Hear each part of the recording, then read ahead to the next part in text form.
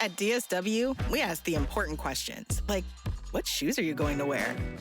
Whether you're prepping for wedding season, festival season, or just planning the ultimate vacay, the right shoes can make or break an RSVP.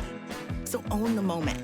You've got big plans, and we've got just the shoes, at the perfect price, of course. Get ready to get ready with Designer Shoe Warehouse.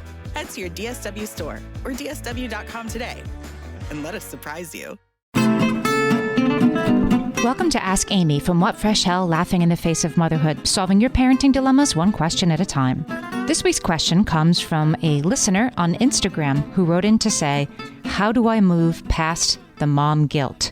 Here's my story. I'm the mother to an 18-month-old that loves dogs. We have a rescue. I didn't grow up with dogs. We went for a walk today and came across an informal dog play date that we joined.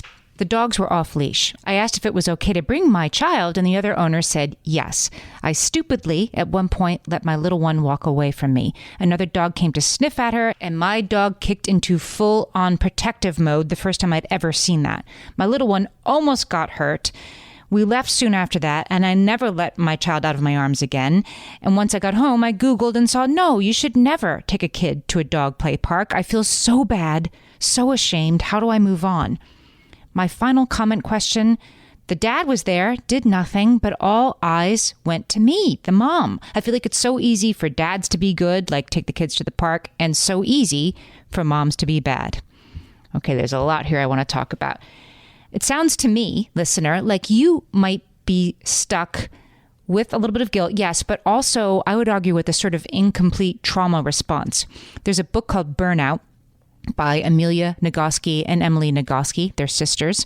Definitely check out this book. Everybody, it's all about stress and how we process stress or not, and how it manifests if we don't finish processing it. And they talk about this idea of completing the stress cycle.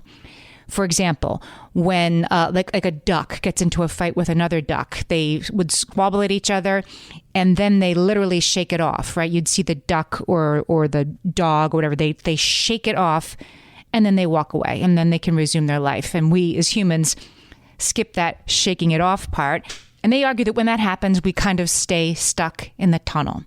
So here's what happened in your case. You were in this dire moment. You sprung into action. Your daughter is safe. The dog sounds like the dogs are fine too. Everybody's fine. You did a great job.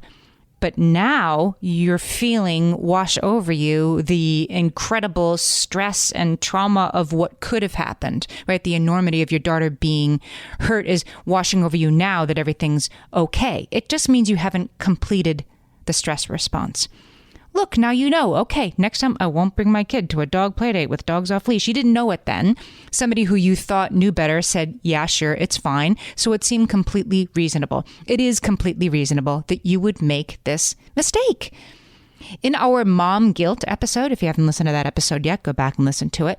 We talked about why guilt even exists. Psychologist Dr. Dana Dorfman says that mom guilt is a result of magical thinking in your primitive brain. Mom guilt is self-protective because if we can be the cause of what goes wrong for our kids, then we can also be the solution. If you can just get everything right, then nothing bad will ever happen for your kid. So it's another primitive part of our brain that's taking over. So you've got two lizard brain things happening. The stress response you haven't completed and this idea of like, I'm going to take on all the guilt, bad me that this almost happened, and I'll beat myself up so that nothing bad will happen. So your lizard brain is taking two hits at once, I think. I would try to get through this because everything is okay. Some gratitude-based meditation, maybe do some, extra cuddles with your little one. You just need to sort of bathe your brain in, I am safe now. She is safe now. Everybody's safe now. Don't beat yourself up. You just need to sort of reset yourself and get yourself back to calm. To your point about it being easy for dads to be good and easy for moms to be bad, at least as how the world perceives us. Yes, exactly. It's completely unfair, and it's an externally based expectation that you're seeing accurately. So don't let it run things inside your head. You understand rationally that you have the choice to take on, instead of all the guilt you feel, only as much guilt as as your child's father, which sounds like is little to none. Nobody gave him a hard time. Nobody gave him a dirty look. He gets to only have this no guilt at all. So do you. Give that gift to yourself. I'm so glad that your dog and the other dog and your little one and you are okay. Send us your parenting questions and we might answer yours next. Email us questions@whatfreshhellpodcast.com. Thanks for listening.